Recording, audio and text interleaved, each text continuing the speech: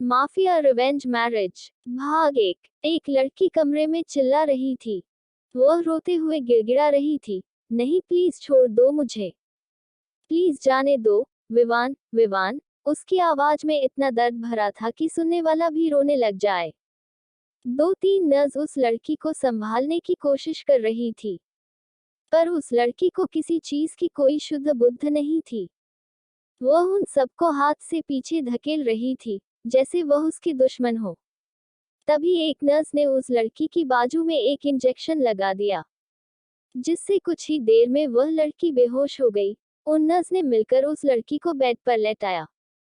बेहोशी की हालत में भी वह लड़की बड़बड़ाए जा रही थी, नहीं प्लीज, प्लीज मुझे छोड़ दो। उस लड़की के रूम के बाहर बैठा लड़का, जो दीवार के सहारे लगाकर जमीन पर बैठा था, उसने अपनी आंखों को हाथों से ढक रखा था। अपनी बहन को दर्द भरी चीखें सुन उसका दर्द आंखों के सहारे निकाल कर बह रहा था।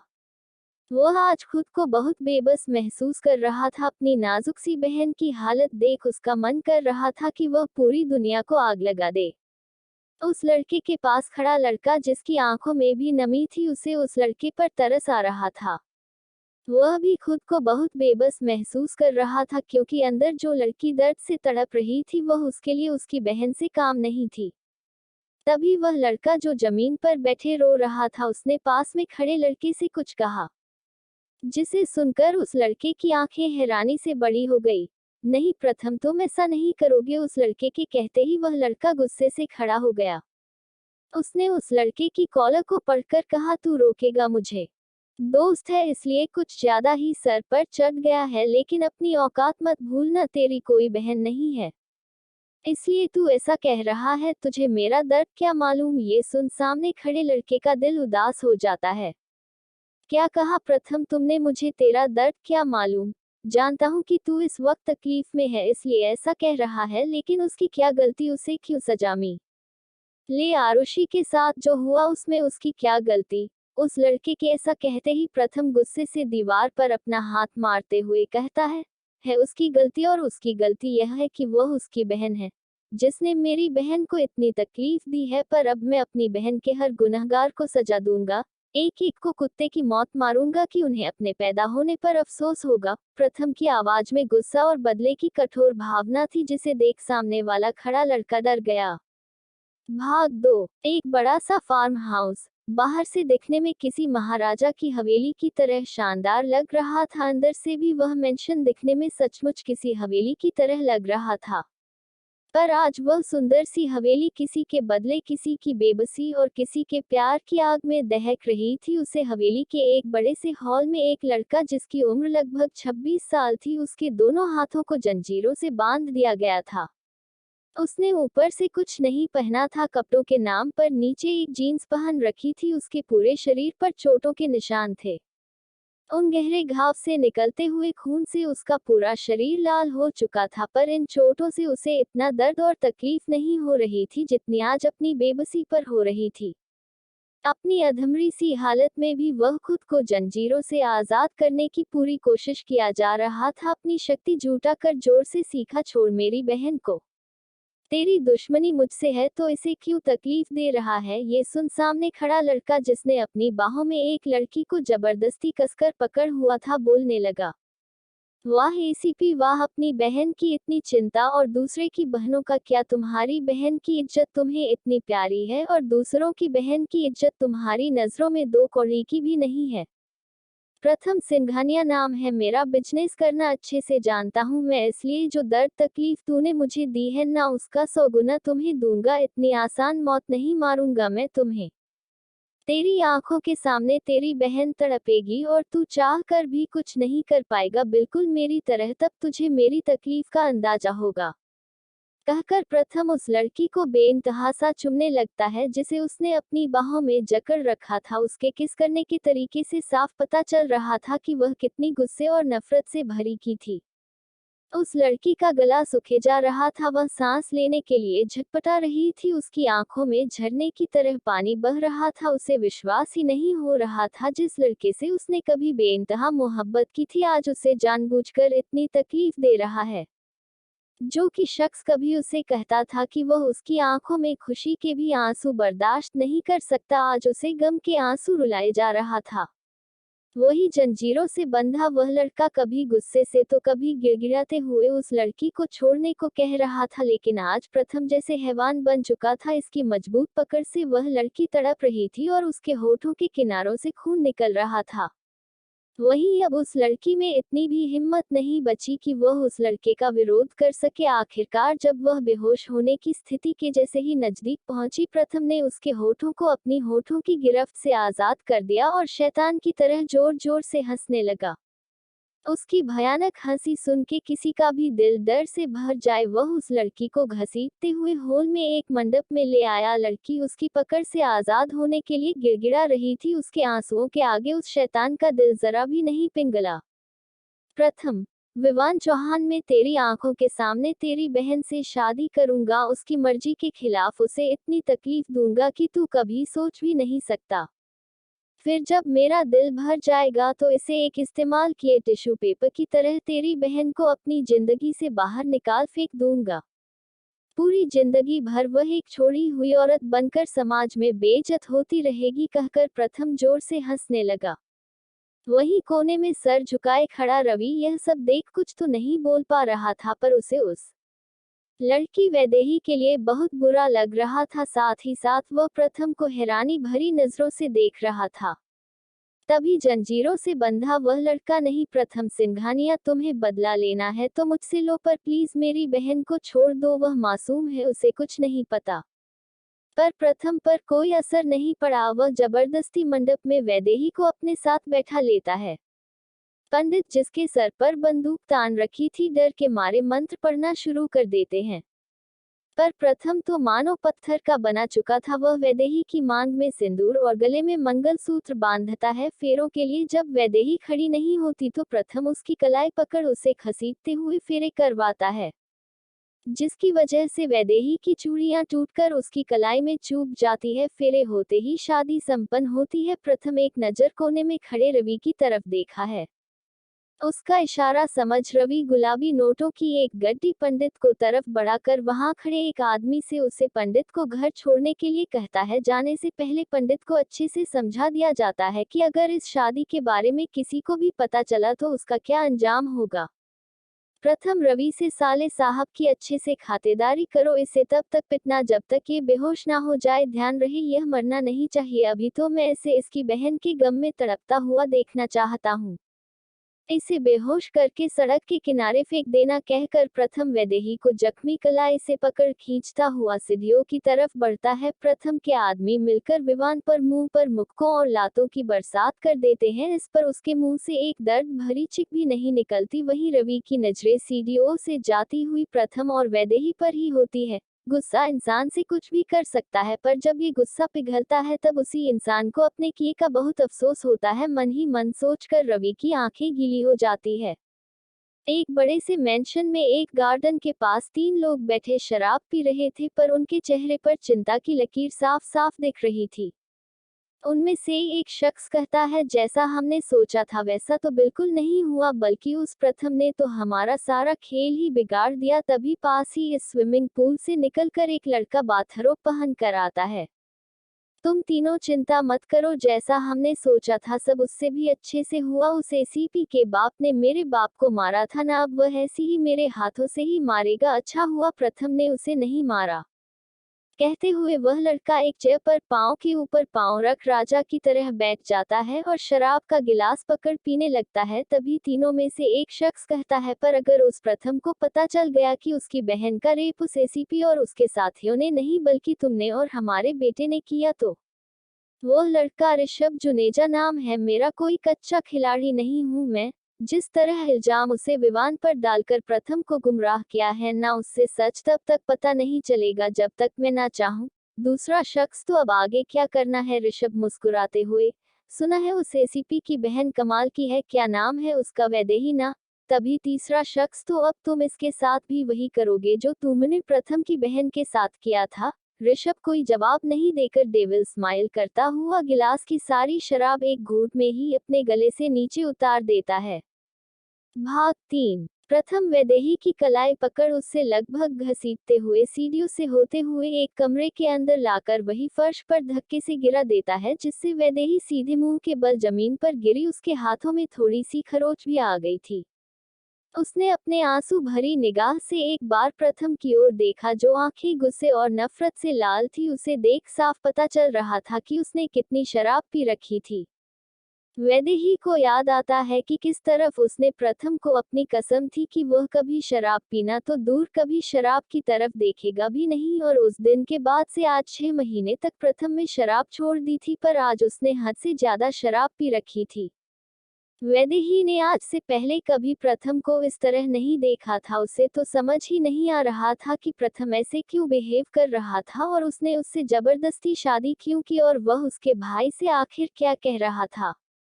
तभी वैदेही ने उस कमरे की ओर देखा। वह यहाँ पहले भी आ चुकी थी, वह भी प्रथम के साथ। इस कमरे की एक एक चीज और इसका डिजाइन सब वैदेही ने ही तो डिसाइड किया था। ये प्रथम और वैदेही के ख्वाबों का आशियाना था, जिसे प्रथम वैदेही ही के लिए बनाया था। तभी प्रथम एक अलमारी की तरफ बढ़ और वहां से एक नेम प्लेट उठा, जमीन पर बैठी वैदेही की तरफ फेंक दिया। वो नेम प्लेट सीधे उसके सर पर गिरी, इसलिए उसके अपना मुंह एक तरफ घूम लिया और चेहरे को हाथों से ढक लिया। पर शायद प्रथम की उस नेम प्लेट पर नजर डाली। चॉकलेट कलर वाली नेम प्लेट पर गोल्डन रंग में बड़े फैंसी तरीके से लिखा था मिसेज वैदेही सिंघानिया। उस नेम प्लेट के चारों ओर डिजाइन भी किया हुआ था, ठीक वैसा जैसा वैदेही को पसंद था। वैदेही उसे ही देख रही थी। तभी प्रथम ने बड़ी बेदर्दी और गुस्से से उस नेम प्लेट पर अपना पैर रख उसे मसलने लगा। उसके चेहरे की नफरत बढ़ती जा रही थी। वैदेही तो प्रथम का ये रूप देख हैरत थी। प्रथम ने अपने पैरों के जोर से उस नेम प्लेट के 2 टुकड़े कर दिए। प्रथम यही चाहती थी ना, तुम एक बड़ा सा बंगला, अमीर पति जिसके पैसों से तुम पूरी जिंदगी ऐश कर सको। तो देखो प्रथम सिंघानिया की बीवी हो तुम, अब तुम अपने सारे ऐसो आराम पूरे कर सकती हो। कहते हुए प्रथम राक्षस की तरफ हंसने लगा। उसकी हंसी सुन वैदेही डर जाती है, और उसके सामने जो प्रथम खड़ा था वह वैसा बिल्कुल नहीं था जैसा उसने 1 साल पहले देखा था। प्रथम क्या हुआ, क्या सोच रही हो, यही ना कि मुझे कैसे पता चला तुम्हारी चालों के बारे में। वैदेही उठकर खड़े होकर यह क्या कह रहे हैं हो प्रथम, कौन सी चाल। प्रथम बस बहुत हो गया तुम्हारी यह नौटंकी। तुम दोनों भाई बहन एक जैसे हो, लालची और बिगड़े हुए। गलती मेरी ही है कि मैं तुम जैसी घटिया और कैरेक्टरलेस लड़की से प्यार किया। वैदेही गुस्से से बस बहुत हो गया, कब से आपकी बदतमीजी देख रहे हैं हम, लेकिन अब नहीं। आप होते कौन है मेरे कैरेक्टर पर उंगली उठाने वाले। प्रथम गुस्से से वैदेही के बालों को गर्दन के पीछे से कस के पकड़ उसके फोटो पर अपने होंठ रख उसे वाइल्डली किस करने लगता है। वैदेही दर्द से झटपटा रही थी। उसके होठों के किनारे से खून निकल रहा था। उसके लिए सांस भी लेना मुश्किल हो रहा था कि सांस अटक रही थी। काफी देर तक वैदेही को किस करने के बाद प्रथम ने उसे जैसे ही खुद से दूर किया, वह सीधे लड़खड़ाते हुए जमीन पर गिर गई। प्रथम मिल गया जवाब कि क्या हक है, मेरा पति हूँ मैं तुम्हारा और तुम बीवी हो मेरी, पर मेरे लिए तुम सिर्फ एक बदचलन औरत हो जिससे मैंने कभी प्यार करने की भूल की थी, लेकिन अब सिर्फ नफरत है मुझे तुमसे। वैदेही की आंखों में आंसू थे। तभी प्रथम ने अपना एक पैर आगे बढ़ाकर उसके हथेली पर रख दिया। वह पूरे जोर से वैदेही की नाजुक से हाथ को अपने पैरों से कुचल रहा था। वैदेही अपने दूसरे हाथ से प्रथम के पैर को हटाने की कोशिश कर रही थी, पर प्रथम जस का टस भी नहीं हुआ।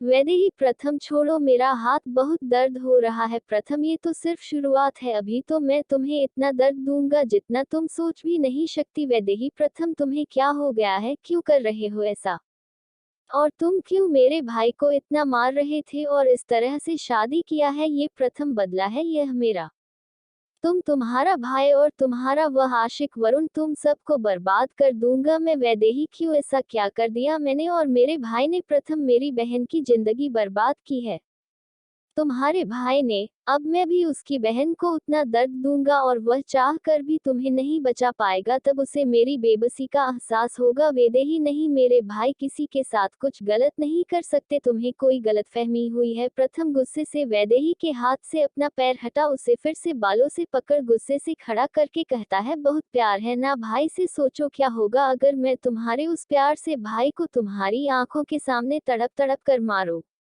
प्रथम नहीं, मेरे भाई को कुछ मत करना प्लीज। प्रथम, ये हुई ना अच्छे बच्चे वाली बात। अब अगर अपने भाई को खुश देखना चाहती हो तो चुपचाप मुझे खुश करो, बस 1 महीने, फिर मैं खुद तुम्हें आजाद कर दूंगा। यकीन, उसके बाद तुम्हारी जिंदगी नर्क से बदतर हो जाएगी। पूरी दुनिया तुम्हें एक छोड़ी हुई औरत कहेगी। तुम्हें बस 1 महीने के लिए मेरी रखेल बना होगा ताकि तुम्हारे भाई को मैं वह तकलीफ पहुंचा जैसी उसने मुझे पहुंचाई है।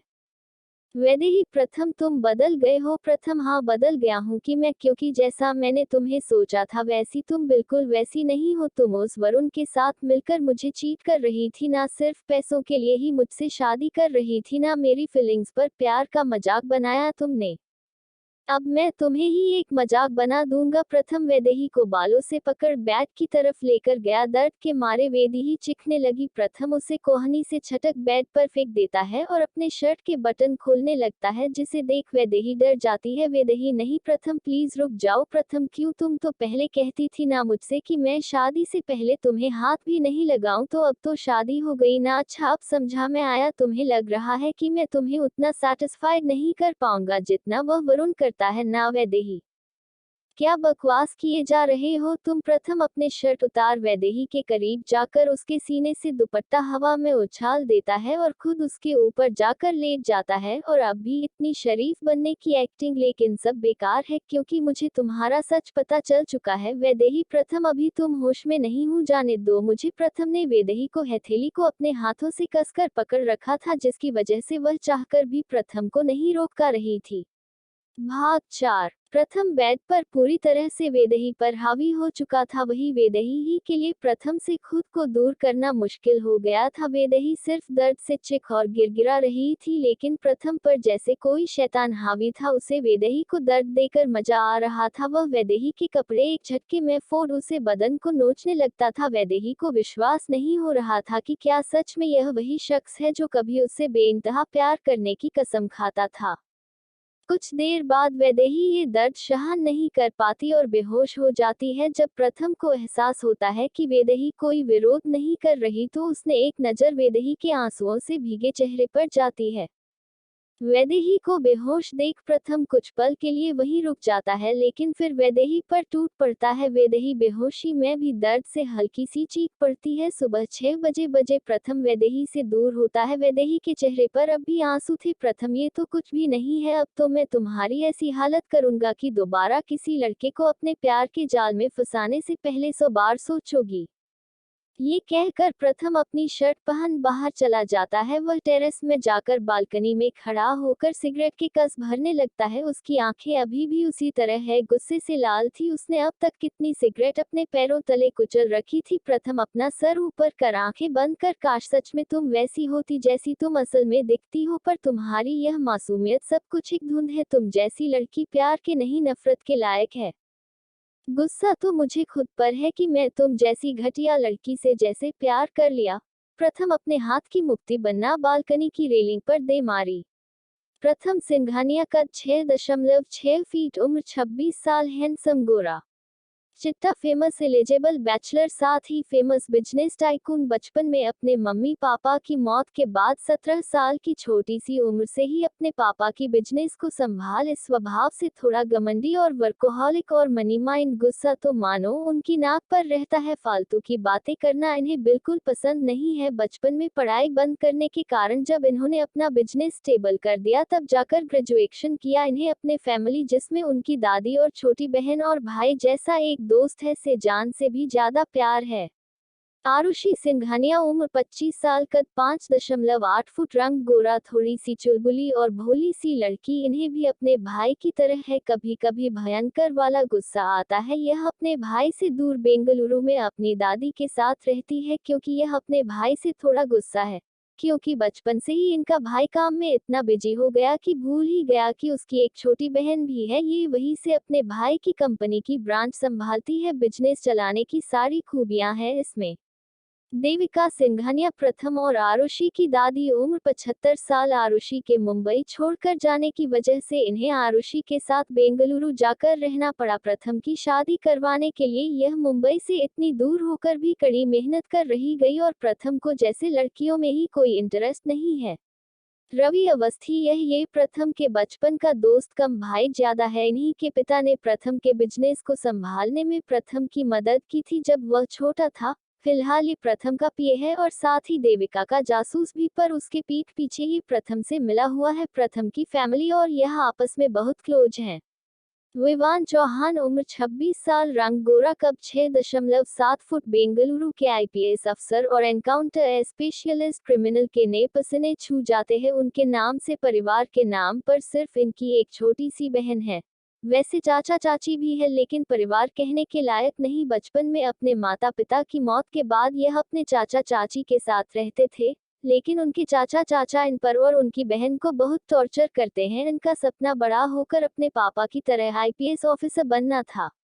वैदेही चौहान उम्र 21 साल, रंग गोरा, मेडिकल स्टूडेंट, मुंबई के ही एक कॉलेज में पढ़ाई कर रही है। चंचल और शरारती लड़की, पर दिखने में एकदम मासूम, दिल की साफ है। दिखने में एकदम राजकुमारी जैसी, अपने भाई से बहुत प्यार करती है। भाग 5। वैदेही अभी भी बेड पर बिना कपड़े के बेहाल पड़ी थी। उसमें इतनी भी ताकत नहीं थी कि वह बेडशीट और खुद के बदन को ढक सके। उसके सफेद रंग की शरीर पर जगह पर लाल रंग से निशान पड़ चुके थे, कहीं कहीं दांतों के तो कहीं नाखून से नोचने के, जिनसे खून भी निकल रहा था। पूरे कमरे में अब भी वैदेही की सिसकियां की आवाज गूंज रही थी। उसके गोरे गालों पर आंसुओं के निशान थे। वैदेही के दिमाग में कल रात के सारे पल घूम रहे थे कि किस तरह से प्रथम ने उसके साथ जबरदस्ती की। वैदेही की आंखों के सामने पुरानी यादें घूमने लगी। 5 महीने पहले जब प्रथम से पहली बार इस जगह लेकर आया था। अरे प्रथम, हम कहाँ जा रहे हैं बताओ भी, और तुमने मेरी आंखों पर पट्टी क्यों बांधी है? बस पहुंच गया।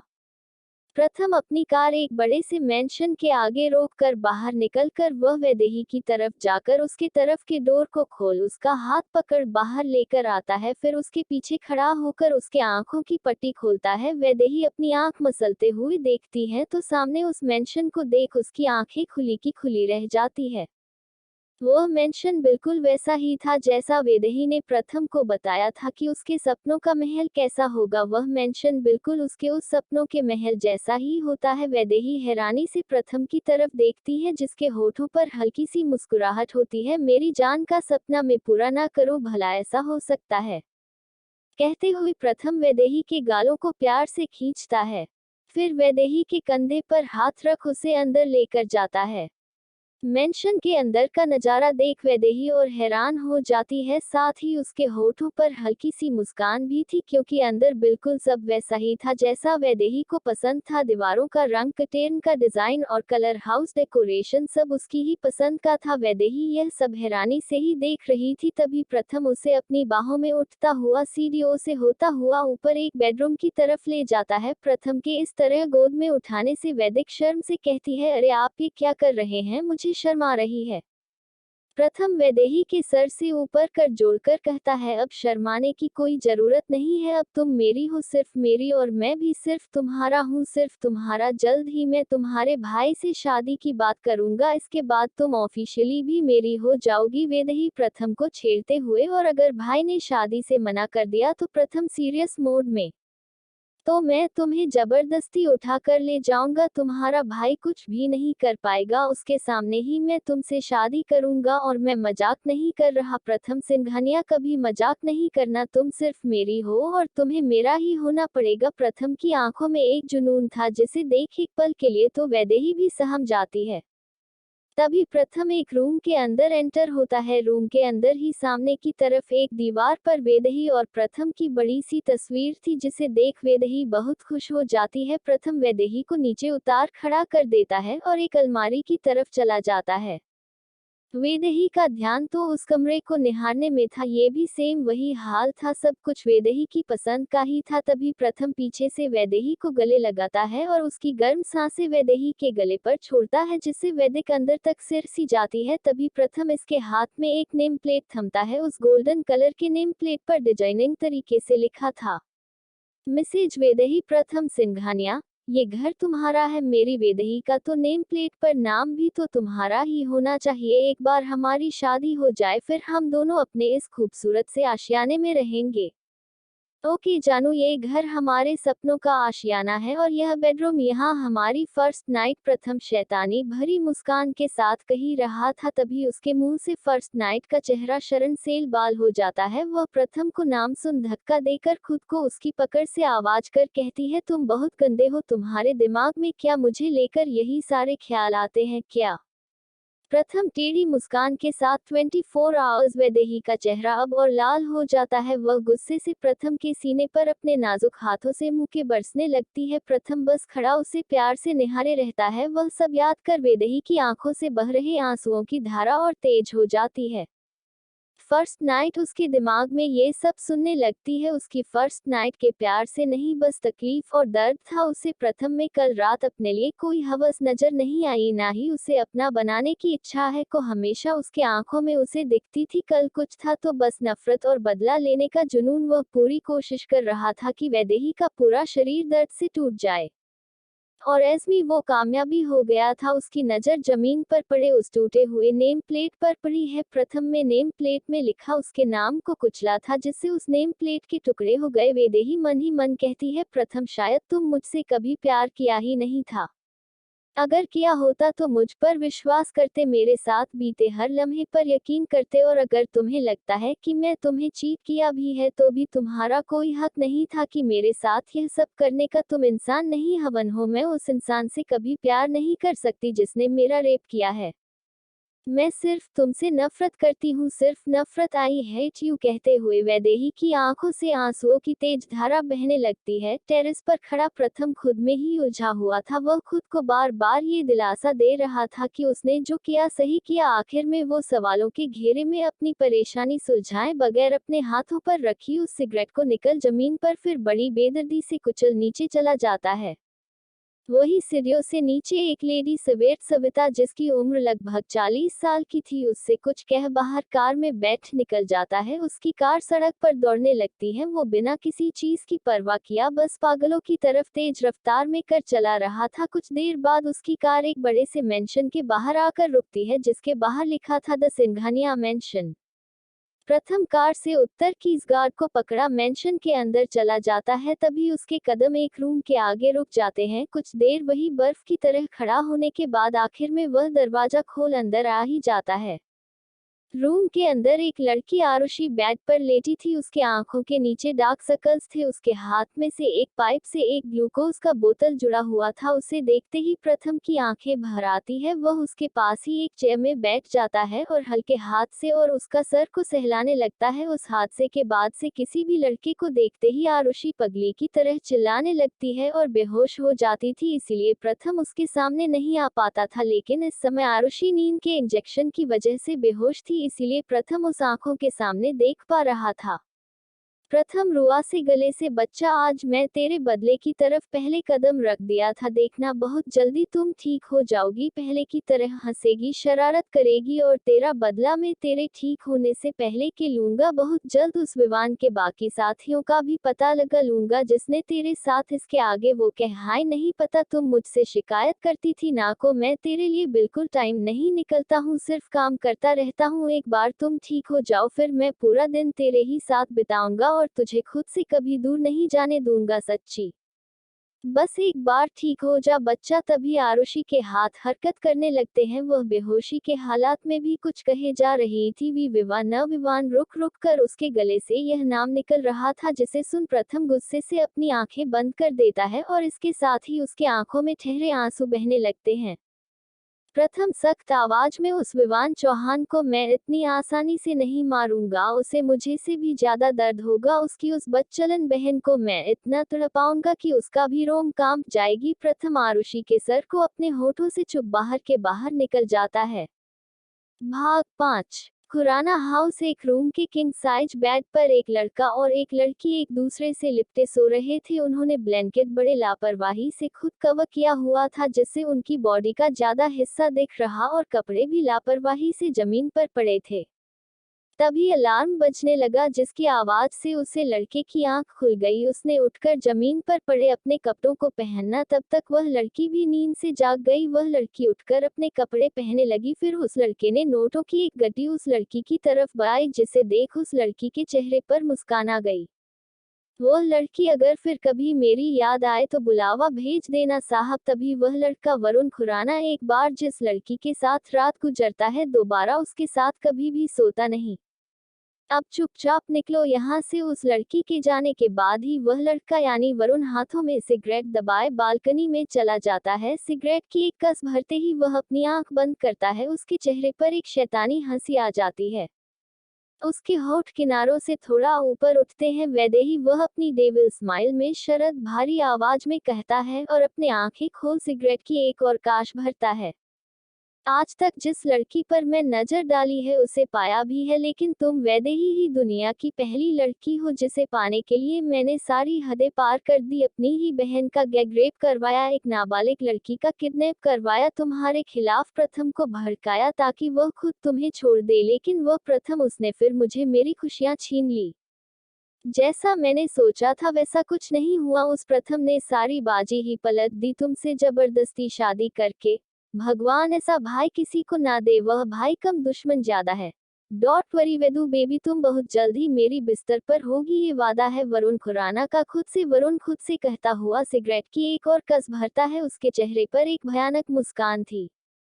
वरुण खुराना उम्र 27 साल, हाइट 6 फुट। ये प्रथम की मासी का बेटा है यानी उसका मौसेरा भाई। दोनों की बचपन से ही नहीं बनती, जिसकी वजह है जलन। वरुण हमेशा अपने ऊपर अटेंशन चाहता है। दोनों के पिता एक दूसरे के बिजनेस राइवल भी थे, अब ये दोनों भी यही है। और आरुषि जब से प्रथम से खफा हुई थी तब से उसने आरुषि को मीठी बातें कर अपनी तरफ मिला दिया था। वह अक्सर प्रथम के खिलाफ आरुषि के कान भरता था क्योंकि आरुषि को प्रथम से दूर कर प्रथम की तकलीफ से उसे सुकून मिलता था। भाग 6। आरुषि के रूम से बाहर निकाल प्रथम दूसरी रूम के दरवाजे के सामने आकर खड़ा हो जाता है। उस कमरे का दरवाजा थोड़ा सा खुला था। प्रथम उस दरवाजे को धीरे से खोलता है। सामने अपनी दादी को चैन की नींद लिए सोता देख वह एक राहत की सांस लेता है। आज कितने दिनों बाद उसकी दादी चैन की नींद सो रही थी।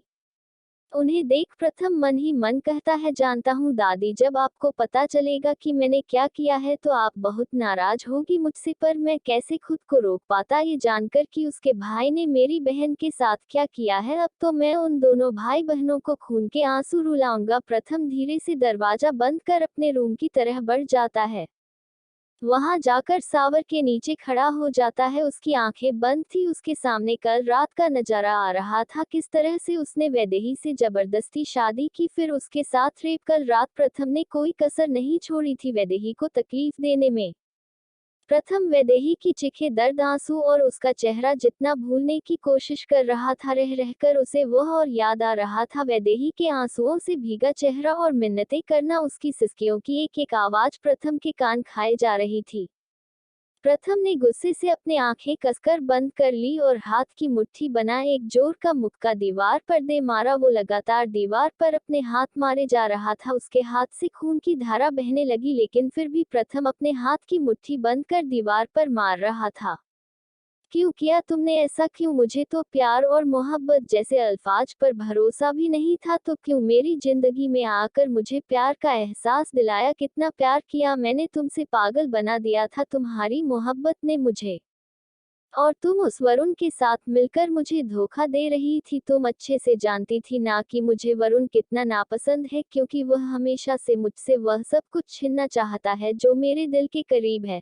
तुम जानती थी कि मुझे धोखा बिल्कुल नहीं पसंद, फिर भी तुमने मुझे धोखा दिया। क्यों किया तुमने ऐसा? क्यों प्यार नहीं करती तुम मुझसे? क्या मैं इतना बुरा हूँ? प्रथम की आंखों से आंसू बह रहे थे जो पानी की बूंद की वजह से दिखाई नहीं दे रहे थे। एक बड़ी सी बिल्डिंग जिसके सबसे ऊपर के फ्लोर पर द अग्निहोत्री इंडस्ट्री लिखा हुआ था, उस बिल्डिंग के सबसे ऊपर फ्लोर में एक बड़े से केबिन में एक लड़का खड़ा होकर ग्लास की दीवार से बाहर का नजारा देख रहा था। उसने ब्लैक कलर का बिजनेस सूट पहना था, गोरा रंग, लंबा कद और छोटे कटे हुए बाल उसकी पर्सनैलिटी को और डेसिंग बना रहे थे। तभी एक लड़का अचानक से हड़बड़ी में उसके केबिन में एंटर हुआ। उसने भी उसकी तरह एक बिजनेस सूट पहन रखा था। उसे देख बाहर की तरह देख रहे लड़के का ध्यान उसे पर गया। उसने गुस्से से अंदर आते हुए उस लड़के से कहा, तुम्हें तमीज नहीं है अखिल सिंह, यह मेरा ऑफिस है, नोक करके आओ, अभी अंदर आता हूँ। वह लड़का कुछ बोल पता तभी पीछे से एक शख्स आता हुआ बोला, मेरे बेटे के पास तमीज हो या ना हो लेकिन तुम्हारे पास दिमाग नहीं है मिस्टर ऋषभ जुनेजा। ये सुन वह लड़का ऋषभ अपने चेयर की तरह बढ़ते हुए कहता है, लगता है आज सुबह सुबह ही तुम दोनों बाप बेटे भांग पिए हुए हो। कहते हुए ऋषभ अपनी चेयर पर बैठ जाता है। ये सुन अखिल गुस्से से उसकी टेबल पर अपने दोनों हाथ मारते हुए कहता है, भांग तो तुमने और उस वरुण ने पी रखी है जो उस लड़की की लाश उसके भाई तक पहुंचा दी। वह दीपक बहुत वफादारा पुलिस ऑफिसर है और विवान का तो बहुत खास आदमी है, अब हम उसे कैसे मजबूर करेंगे कि वह अपना मुंह बंद रखे। अखिल, अब उसे मजबूर करने से कोई फायदा नहीं है। तभी अखिल के पिता सुधीर सिंह कहते हैं, लेकिन अगर दीपक ने विवान को सब सच बता दिया कि इन सब के पीछे हमारा किया धारा था तो अधिकेश हाथों से इशारा कर अखिल और सुधीर को अपने सामने वाली चेयर पर बैठने का इशारा करता है। उन दोनों के बैठते ही अधिकेश कहता है, तुम दोनों भूलो मत कि हुक्म का इक्का मेरे पास है और अगर विवान को सब कुछ पता भी चल गया तो क्या हो जाएगा। सच साबित करने के लिए उसके पास कोई सबूत नहीं है और प्रथम उसकी बात पर विश्वास करेगा नहीं करेगा, लेकिन तुम उस विवान को नहीं जानते हो, अभी तक तुमने उसकी हाथ की मार नहीं खाई है, लेकिन मैं बहुत बार पीट चुका हूँ उससे, मुझे पता है सच पता लगते ही वह हमें भी जान से मारने आएगा ऋषभ, और जैसे वह हमें मार पाएगा, अरे वह अकेला क्या बिगाड़ लेगा हमारा। वह बस बेबस और लाचार है जिसकी महबूबा और बहन दोनों की इज्जत लूट चुकी है और वह चाह कर भी कुछ नहीं कर सकता। सब पागलों की तरह जोर जोर से हंसने लगता है। Mumbai city hospital. Vivaan hospital के बेड पर लेटा हुआ था। उसके शरीर पर बहुत से छोटे के निशान थे। इसके सर पर पट्टी बंधी थी और हाथ में केनुला लगाया हुआ था। एक लड़का जिसे पुलिस की यूनिफॉर्म पहन रखी थी इसके बेड के पास चेयर लगाकर उसके पैर के पास ही बैठा सो रहा था। वह पूरी रात ऐसे ही विवान के पैरों के पास बैठा हुआ था। उसकी आंखों रोने से लाल भी हो चुकी थी। विवान को अभी तक बेहोश था। अचानक उसे होश आने लगा। उसने धीरे से अपनी आंख खोली पर कमजोरी के कारण उसकी आंखें बार बार बंद हो रही थी। अपने मरिया हालत में भी वह उठने की कोशिश कर रहा था। उसने अपने होंठ हिलाते हुए कहा, गुड़िया मेरी, गुड़िया मेरी।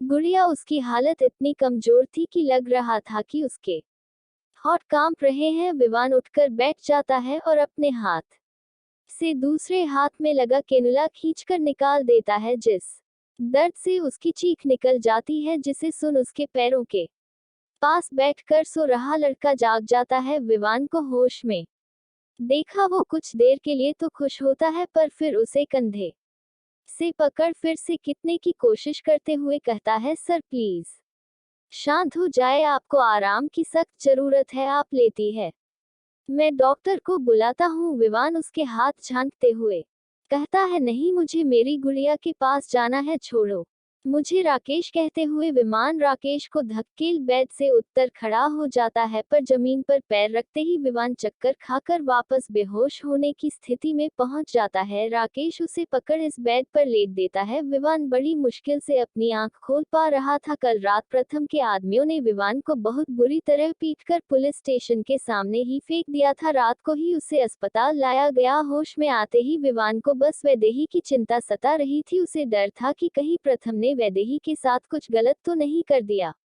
भाग 7।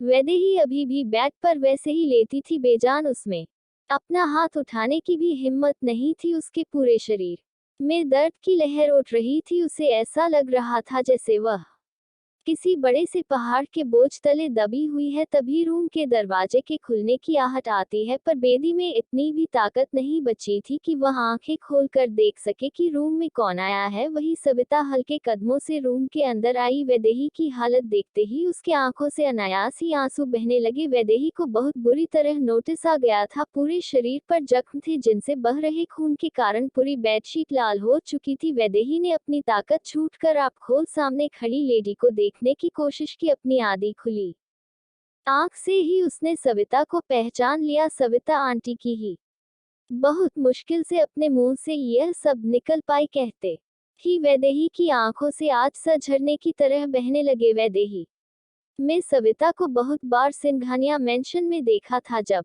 वह प्रथम की दादी से मिलने वहां जाती थी। प्रथम की मां की मौत के बाद सविता ने ही प्रथम और आरुषि को संभाला था, क्योंकि देविका की हालात अपने बेटे और बहू को कोनी के बाद से ही ठीक नहीं। यही ऐसे में प्रथम और आरुषि को संभालने वाली सविता ही थी। कहने को तो वह सिर्फ उसकी नैनी ही थी, पर उसके लिए मन से काम भी नहीं थी। सविता ने भी हमेशा से प्रथम और आरुषि को अपने बच्चों की तरह प्यार दिया। प्रथम में तो जान बसती है सविता की, पर प्रथम ने वैदेही के साथ को किया। उसके बाद एक औरत होने के नाते सविता को अफसोस हो रहा था कि उसने सच में क्या एक शैतान को इतने सालों से पाला था। एक मेड की मदद से सविता ने वैदेही को उठा, बाथरूम में बाथटब में लेटा दिया। अपने जख्मों पर ठंडा पानी पड़ते ही वैदेही दर्द से झटपटाने लगी, लेकिन कुछ देर बाद शांत हो गई। शायद अब उसमें विरोध करने जितने तक की हिम्मत नहीं बची थी। अब वैदेही को थोड़ा हल्का महसूस हो रहा था। फिर सविता ने वैदेही को एक फुल स्लीव सूट पहनाया, जिसमें वैदेही की गर्दन भी अच्छी तरह से कर हो चुकी थी। वैदेही बेड पर तकिया का सहारा लेकर दीवार से टिकर बैठी हुई थी।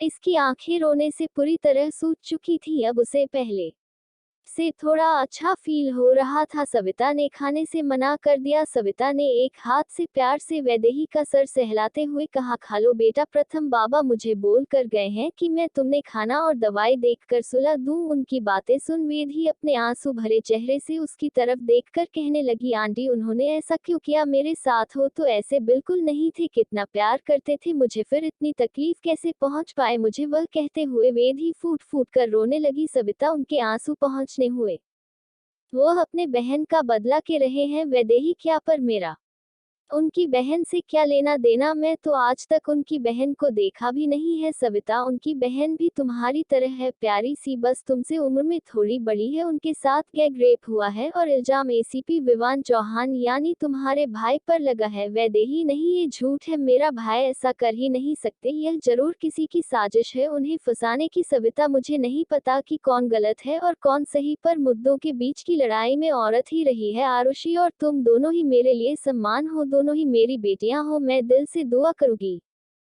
कि जिन लोगों ने आरुषि के साथ वह सब किया, भगवान उन्हें ऐसी मौत दे कि उनकी रूह कांप जाए। वैदेही रोते हुए, आंटी मैं सच कह रही हूँ, विमान भाई ऐसा कर ही नहीं सकते। वह तो किसी और लड़की से बेइंतहा मोहब्बत करते हैं और किसी दूसरी लड़की को तो आंख उठाकर देखते भी नहीं है। भला वह क्यों और एसजी के साथ यह सब करेंगे? उनकी तो कई दुश्मनी भी नहीं है उनके साथ। सविता वो तो मुझे नहीं पता, लेकिन प्रथम बाबा ने जिद ठान ली गई तुम्हारे भाई को बर्बाद करने की। वैदेही नहीं, प्लीज आप उनसे रहेगा ना कि मेरे भाई ने कुछ नहीं किया, प्लीज वह मेरे भाई को कोई चोट ना पहुंचे। सविता में चाह कर भी कुछ नहीं कर सकती। तुम प्रथम बाबा के गुस्से को नहीं जानती हो बेटा, वह तुम्हारे भाई से बदला लेने के लिए तुम्हारे साथ यह सब कर रहे हैं, ताकि तुम्हारे भाई को भी वह दर्द महसूस हो जो इस वक्त प्रथम बाबा को हो रही है। तुम चाहे जो कर लो, लेकिन प्रथम बाबा किसी को एक नहीं सुनने वाले, इसलिए रोकर खुद को तकलीफ मत दो, क्योंकि यह काम करने के लिए तो प्रथम बाबा है। तुम खुद को संभालो। सविता वैदेही के मना करने के बाद भी उसे थोड़ा सा खाना खिला, पेन किलर देखकर सुला देती है। दवाई के कारण वैदेही गहरी नींद में सो जाती है, जिससे कुछ देर के लिए उसे दर्द से थोड़ी राहत मिलती है। वही राकेश विवान को बेड पर ले डॉक्टर को बुलाता है। विवादों को बेकाबू होता देख डॉक्टर उसे नींद का इंजेक्शन दे देते हैं, जिससे कई घंटे तक विवान को होश नहीं आता, पर इंजेक्शन का असर उसे पर ज्यादा देर तक नहीं होता। वह फिर से उठकर अस्पताल से बाहर जाने लगता है। इस बार उसे कोई रोक नहीं पाता, वह अस्पताल के बाहर जाने को कदम रखता ही है, तभी राकेश रोते हुए उसके पीछे खड़ा होकर कहने लगता है, आप मेरी बात क्यों नहीं समझ रहे हैं? इस वक्त अगर आप उसे प्रथम के पास गए तो वह पक्का इस बार आपको जान से मार डालेगा। आप संभालिए खुद को और इस पर ध्यान दीजिए कि कैसे आप खुद को बेगुनाह साबित कर सकते हैं। मैं अकेला ये सब नहीं संभाल पा रहा, नहीं आपको और नहीं दीपक को। ये सुन विवान के पर वही जम जाते हैं। उससे याद आता है कि दीपक की बहन सलोनी अचानक से कुछ दिन पहले गायब हो गई थी।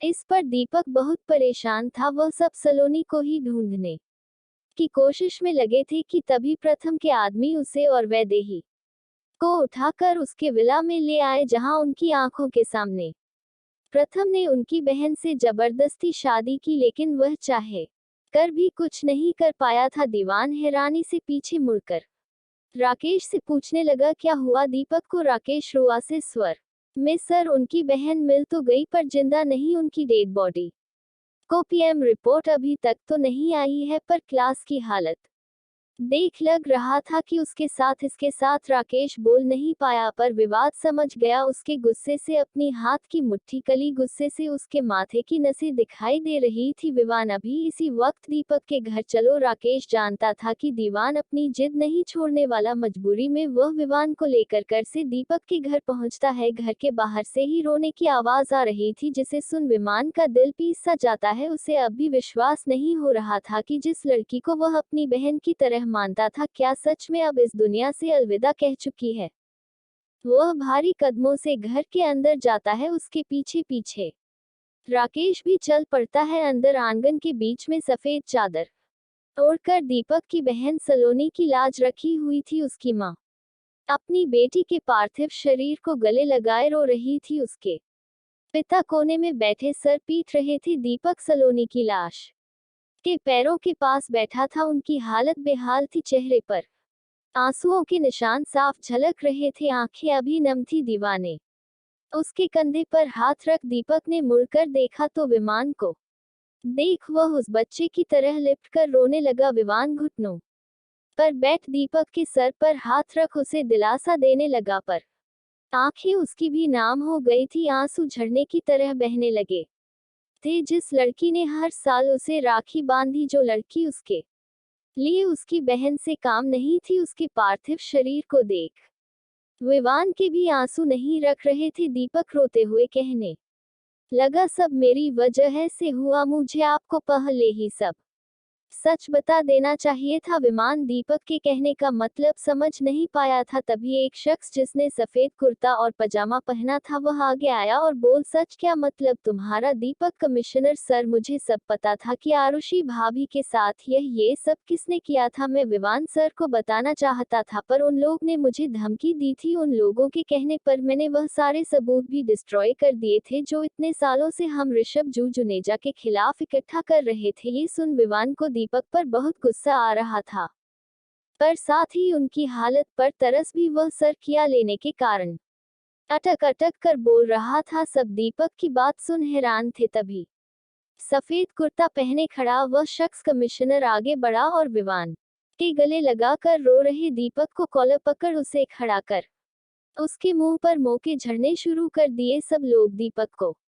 कमिश्नर के हाथों से छुड़ाने की कोशिश करने लगते हैं। वही दीपक के माता पिता का उसे पर जरा सा भी ध्यान नहीं था। वह तो बस अपनी बेटी के मातम पर गम मना रहे थे। विवान दीपक के कॉलर को छुड़ाने की कोशिश करते हुए, छोड़िए सर, इसे मैं, इसकी कोई गलती नहीं है। इसकी जगह कोई भी होता तो शायद यही करता। राकेश भी कमिश्नर को कंधों से पकड़ पीछे खींचते हुए कहता है, डैड छोड़िए, से होश में लाइए। बड़ी मुश्किल से वह दीपक को कमिश्नर श्याम चटर्जी से अलग कर पाते हैं, लेकिन अब भी कमिश्नर दीपक को करने के लिए छटपटा रहे थे। राकेश ने उन्हें बड़ी मुश्किल से पकड़े रखा था। कमिश्नर छोड़ो मुझे राकेश, इस आदमी दीपक को मैं अपने हाथों मार डालूंगा। ये पुलिस डिपार्टमेंट के नाम पर धब्बा है, इसने हम सब की सालों की मेहनत बर्बाद कर दी। उसकी एक एक बात दीपक के दिल में कांटों की तरह चुभ रही थी। ऐसा नहीं था कि विवान और राकेश को दीपक पर गुस्सा नहीं आ रहा था, पर इस वक्त उन्हें दीपक की हालत देख गुस्से से ज्यादा तरस आ रहा था।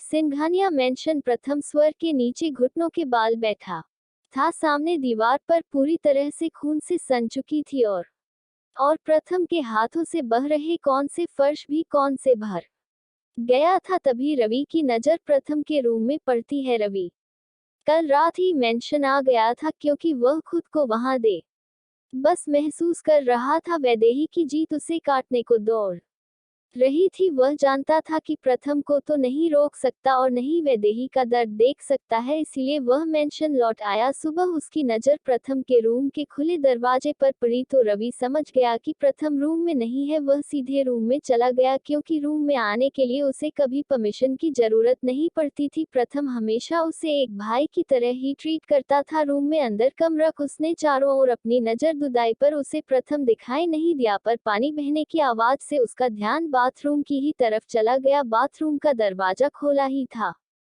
और अंदर घुटनों के बल बैठ सर झुकाए प्रथम की हालत देख रही दौड़ता हुआ वहां गया। तब उसकी नजर प्रथम के हाथ से बहते खून पर गई। सामने की दीवार पूरी तरह से खून से सनी हुई थी और फ्रेश भी। रवि ने सब्र बंद कर प्रथम को कंधे से पकड़ खड़ा करना चाहा, तभी प्रथम ने एक जोर का धक्का रवि को दे मारा, जिससे वह पेट के बल जमीन पर गिर पड़ा। धक के साथ ही प्रथम ऊंची आवाज में बोला, जा यहाँ से अकेला, छोड़ दे मुझे, जा। प्रथम की लाल आंख और गुस्से भारी आवाज सुन रही भी डर गया। आज से पहले प्रथम ने उसे कभी इस तरह से बात नहीं की थी। तभी गुस्से से भारत प्रथम अचानक से बच्चे की तरह फूट फूट कर रोने लगा। रवि उठकर उसके पास गया और घुटनों के बल बैठकर प्रथम को गले से लगा लिया। प्रथम भी उसके गले लगा। रन रोते हुए करने लगा, सॉरी यार, मैं तुझ पर हाथ उठाया, सॉरी। कुछ देर इसी तरह प्रथम रवि से चिपक रन के बाद कहने लगा, उसने ऐसा क्यों किया? पैसे के लिए मेरे फीलिंग्स का मजाक उड़ाया। अगर उसे पैसे ही चाहिए थे तो सीधा कह देती, मेरे साथ प्यार का डोंग करने की क्या जरूरत थी? पागलों की तरह चाहने लगा था मैं उसे और वह बेवफा निकली यार। रवि जानता था कि इस वक्त प्रथम को कुछ भी समझाना बेकार है, इस पर उस प्रथम की ऐसी हालत बिल्कुल भी बर्दाश्त नहीं हो रही थी। 1.5 साल पहले एक बड़ी सी बिल्डिंग जिसके सबसे ऊपर फ्लोर पर दी सिंघानिया इंडस्ट्री का बोर्ड चमक रहा था के 25 से फ्लोर और बनी एक केबिन में एक सक्सेस ब्लैक कलर का ब्रेंच रखा था, जिस पर सफेद रंग से लिखा था CIO प्रथम सिंघानिया। तभी कोई केबिन का दरवाजा खटखटाता है। प्रथम बिना उसे और देख कहता है, अंदर आज रवि, तुझे परमिशन लेने की जरूरत नहीं है। उसके कहते ही लगभग उसी की उम्र का एक लड़का, जिसने व्हाइट शर्ट और ब्लैक पेंट और एक ब्लैक ब्लेजर पहने था, अंदर आता है। अंदर आते ही उसे और थमका एक्सप्रेशन लेंस चेहरा दिखाई देता है, जो शिद्दत से मानो लैपटॉप के अंदर घुस काम करने में बिजी था। बिजनेस की दुनिया में कदम रखने के बाद से ही प्रथम ने सिंघानिया इंडस्ट्री को एक नई ऊंचाई पर पहुंचा दिया था। Fashion, film line, music industry, export, textile, production, director, ऐसा कोई फिल्म नहीं बचा था जहां सिंघानिया इंडस्ट्री को ऊंचाइयों के छाप में दिखाई पड़े। प्रथम सिंघानिया हर चीज में अपने नाम की तरह टॉप पर था, सिवाय लड़कियों के मामलों में। इसीलिए उसकी शादी के लिए उसकी दादी देविका भरपूर मेहनत कर रही थी। वह बेंगलुरु से ही रवि को बोल ना जाने कितनी खूबसूरत लड़कियों को प्रथम से मिल चुकी थी, पर वह इस बात से अनजान थी कि प्रथम की जगह हमेशा रवि उन लड़कियों से प्रथम बनाकर मिलने जाता था। स्मार्टनेस में रवि भी काम नहीं था। हाँ, पर्सनैलिटी के मामले में प्रथम किसी को भी पछाड़ सकता था। अगर वह बिजनेसमैन की वजह है मॉडल या एक्टर होता, तब भी बेशक वो इंडस्ट्री में भी उतना ही कामयाब होता।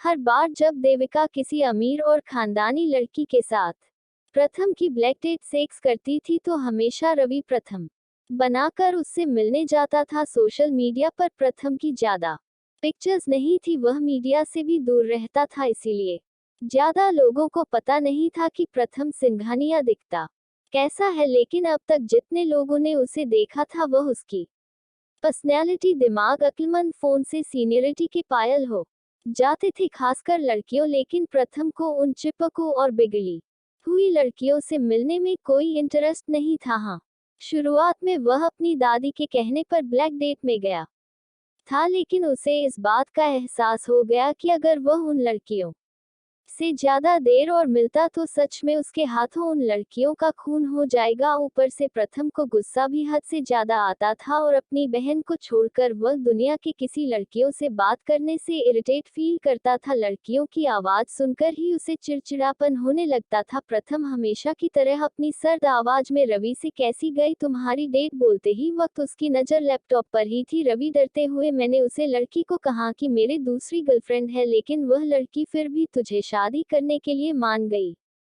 उसने कहा कि उसे इस बात से कोई तकलीफ नहीं है कि उससे शादी के बाद भी तेरी कितनी भी गर्लफ्रेंड हो या सोनू।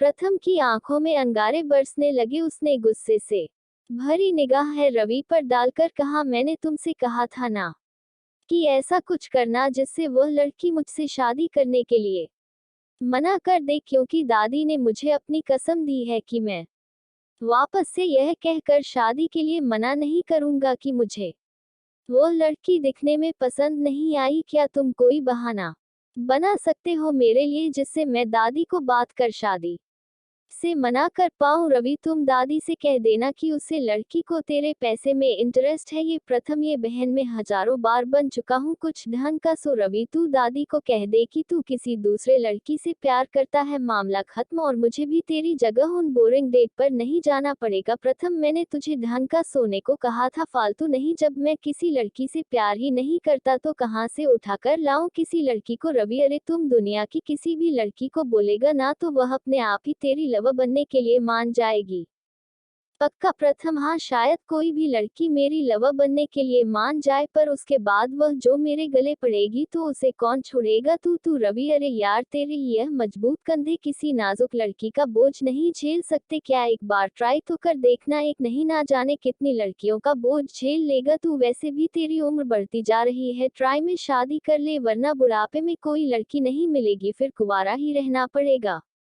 कहकर रवि हंसते हुए प्रथम के सामने चेयर पर बैठ जाता है। प्रथम उसे शब्द निगाहों से घूरता है, कर रवि को कोई फर्क नहीं पड़ता। तभी प्रथम के फोन में मैसेज आता है। प्रथम अपने ब्लेजर का बटन लगाते हुए, आधे घंटे बाद मीटिंग है, जल्दी चल। रवि ड्राइवर के साथ आगे बैठ जाता है और प्रथम पीछे बैठ लैपटॉप को अपनी गोद में रख अपना काम कर रहा होता है। रवि बार बार पीछे प्रथम को देख कुछ न कुछ कही जा रहा था और साथ ही जोक सुना कर खुद भी हंस रहा था, लेकिन प्रथम का उसे पर कोई ध्यान नहीं था। सिर्फ रवि ही था जो उसे इतने फ्रैंकली बात कर सकता था, वरना अगर कोई और प्रथम से आंख मिलाकर भी बात करके तो समझो उसकी सहमत पक्की। अचानक से ड्राइवर ने ब्रेक लगाकर कर रोक दी, जिससे प्रथम का ध्यान लैपटॉप से हट गया। उसने गुस्से से ड्राइवर पर निगाहें डाली, जैसे देख ड्राइवर डरते हुए बोला, कर आगे बहुत ट्रैफिक है, मैं जाकर देखा हूँ कि क्या हुआ। प्रथम, जाओ, जाकर चेक करो और जल्दी से रास्ता क्लियर करो, मुझे टाइम पर पहुँचना पसंद है, समझे? ड्राइवर बाहर चलना गया। कुछ देर बाद उसने प्रथम के विंडो पर आकर कहा, शायद रोड पर किसी का एक्सीडेंट हो गया है, एक लड़की है, किसी को आगे जाने ही नहीं दे रही, ट्रैफिक उसने ही किया है।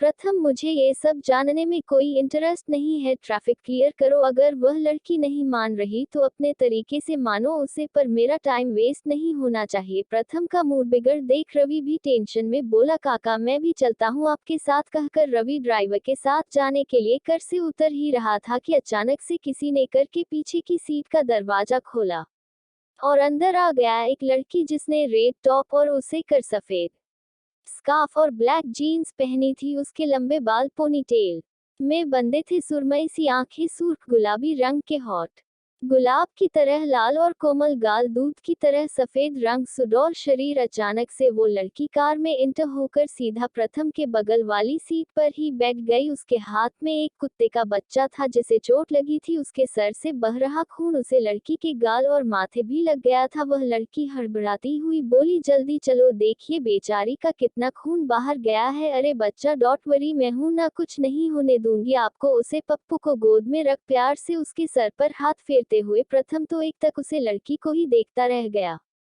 देखना क्या होने लग गया, जैसे अगर एक सेकंड के लिए भी उसका ध्यान इस लड़की से हटा तो मानो ये दुनिया तबाह हो जाएगी। वही रवि और ड्राइवर की हालत टाइट हो गई। कोई लड़की उसके बॉस के इतने पास आकर बैठी हुई है, उसका बस तो किसी लड़की को इतना पास से देखना भी बर्दाश्त नहीं कर सकता।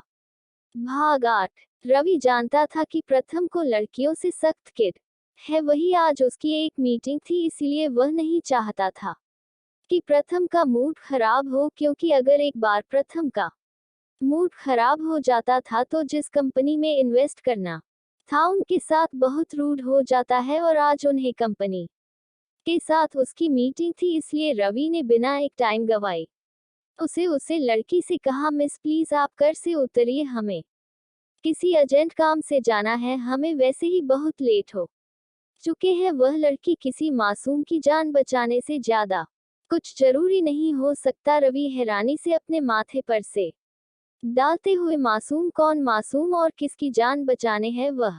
लड़की अपना हाथ सर पर मरते हुए कहती है ओ आर नासमांज है क्या आप, मैं इस मासूम की जान की बात कर रही हूँ। हाथ में पकड़े उस पपी की तरफ इशारा करते हुए इतने में ड्राइवर आकर कहता है सर यह वही लड़की ने जिसे कुछ देर पहले ट्रैफिक जाम किया हुआ था। ये सुन रवि प्रथम की तरफ देखा है। इसके चेहरे पर आज कुछ अलग साथ नजर आ रहा था, लेकिन उसे पहचान मुश्किल था। प्रथम की आंखों पर लगे ब्लैक शेडल की वजह से कोई नहीं बता सकता था कि इस वक्त वह गुस्सा है या नहीं। वह लड़की गुस्से से उसे ड्राइवर की तरफ देखकर कहती है ये क्या, यह लड़की लगा रखा है आपने। मानती हूँ कि आपको मेरा नाम याद नहीं, इसका मतलब ये तो नहीं ना कि आप मुझे ये लड़की बुलाओ। मुझे भी आपका नाम नहीं पता, तो क्या मैं आपको दिमाग किसका हुआ बुद्ध बुलाऊं। हाँ बोलो। रवि और ड्राइवर हैरानी से उसे लड़की की बातें सुन रहे थे कि एक तो अचानक से उसकी कर्मे और धमकी, ऊपर से उन्हें ही डांट रही है। तभी प्रथम हमेशा की तरह अपनी एक्सप्रेस वॉइस में बोला तो ठीक है,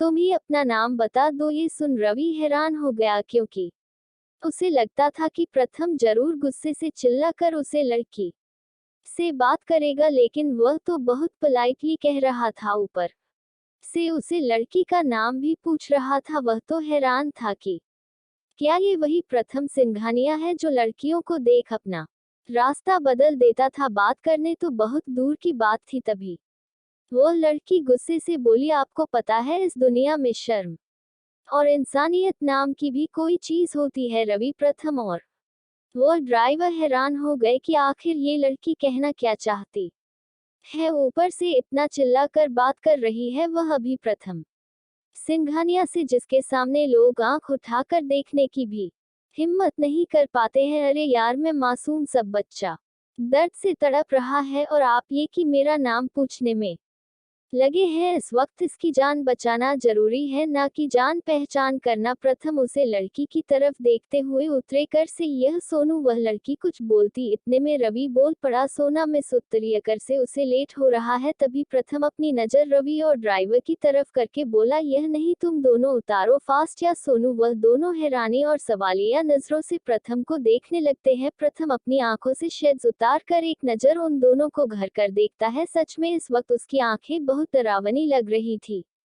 उसकी नीली से शांत समंदर से आंखों में मानो आज कोई तूफान आ गया हो। रवि और वह ड्राइवर समझ जाते हैं कि उनके बॉस का मूड खराब हो चुका है। अभी वह लड़की डरते हुए कहती है क्यों, ये दोनों क्यों उतरेंगे कर से, तुम्हारे इरादे कुछ ठीक नहीं लग रहे हैं मुझे। मैं अच्छी तरह से जानती हूँ तुम जैसे लोगों को, मैंने फिल्मों में भी देखा है। तुम लोग लिफ्ट देने का बहाना करके भोली भाली लड़कियों को सुनसान जगह दे जाकर उनका फायदा उठाते हो। बट आई वॉन्ट यू, मैं तुम जैसे लोगों से डरती नहीं हूँ। मैं एक पुलिस इंस्पेक्टर की बहन हूँ, समझे। अगर मुझे कुछ भी हो गया ना तो मेरा भाई तुम तीनों को नहीं छोड़ेगा। मुझे अपना डर का बुक कर उंगली दिखाते हुए उसे लड़की की बात सुन रही और ड्राइवर हैरानी से उसे देखने लगते हैं जैसे किसी पागल को देख रहे हो। भला ये लड़की खुद उनकी कर में कब्जा करके बैठी है और इन्हें ही सुना रही है। अब प्रथम अपनी थोड़ी रूड आवाज में कहता है सुना नहीं तुम दोनों पुत्रों कर से, कहकर प्रथम खुद कल से उतर जाता है और उसके पीछे पीछे रवि और ड्राइवर भी। प्रथम अपनी आंखों पर फिर से शेड्स लगा ड्राइवर सीट पर बैठकर स्टार्ट कर वहां से निकल जाता है। अब कर में बस वह लड़की और प्रथम ही थे। वहीं रवि और ड्राइवर रोड के किनारे खड़े कर को जाते हुए देख रहे थे। रवि वैसे काका ड्राइवर से आपको क्या लगता है ये प्रथम उसे लड़की को कहाँ लेकर जाएगा। ड्राइवर कर रोमांटिक तो बिल्कुल नहीं है जो उसे लड़की को डेट पर लेकर जाए, कहीं उसका मर्डर तो नहीं करने वाले। अब रवि और ड्राइवर एक दूसरे को आंखें फाड़े देखने लगते हैं। तभी अचानक रवि अपने एक हाथ पर दूसरे हाथ मार खाने लगता है। अरे काका, उसे लड़की का मर्डर करने के लिए भी उसे लड़की को टच करना पड़ेगा ना। और प्रथम ने आज तक सविता माँ, दादी और प्रिंसेस आरुषि के अलावा किसी दूसरी औरत को खुद को हाथ भी नहीं लगाने दिया है। पता है आपकी, एक बार स्कूल में एक लड़की का हाथ प्रथम के हाथ से टच हो गया था। फिर प्रथम पूरे 2 दिन तक अपने हाथों को धोता रहा। मैं जाने कितने हजार बार उसने अपने हाथों को रगड़ रगड़ कर धोया था ड्राइवर, तो फिर कर उसे लड़की को कहाँ लेकर गए रवि? अरे जहाँ भी लेकर गया हो, पर हमें तो सड़क पर लावारिस ही छोड़ दिया ना। ये प्रथम का बच्चा हमेशा मुझे तंग करता रहता है, इतना भी नहीं सोचा कि अब हम कहाँ जाएंगे। लड़की के चक्कर में दोस्त को भूल गया रवि। एक कप बुक कर उसे ड्राइवर के साथ वहां से चला जाता है। कर में वह लड़की थोड़ा दरीसे में बैठी थी। वह डर से प्रथम से कहती है, तुम मुझे कहाँ लेकर जा रहे हो और तुमने उन्हें कर से क्यों उतरा? प्रथम जब कर चलते हुए भी सारा ध्यान मिरर में दिख रहे पीछे बैठी उसे लड़की के अक्स पर ही था। उसे लड़की के पूछने पर उसने बड़े एटीट्यूड से कहा, तुम्हें ही तो कहा था कि इस मासूम की जान बचाने है, इसीलिए हॉस्पिटल जा रहे हैं और वह दोनों हमारे साथ नहीं चल सकते थे क्योंकि वह बहुत बिजी है और तुम्हारी तरह समाज सेवा करते नहीं फिर सकते।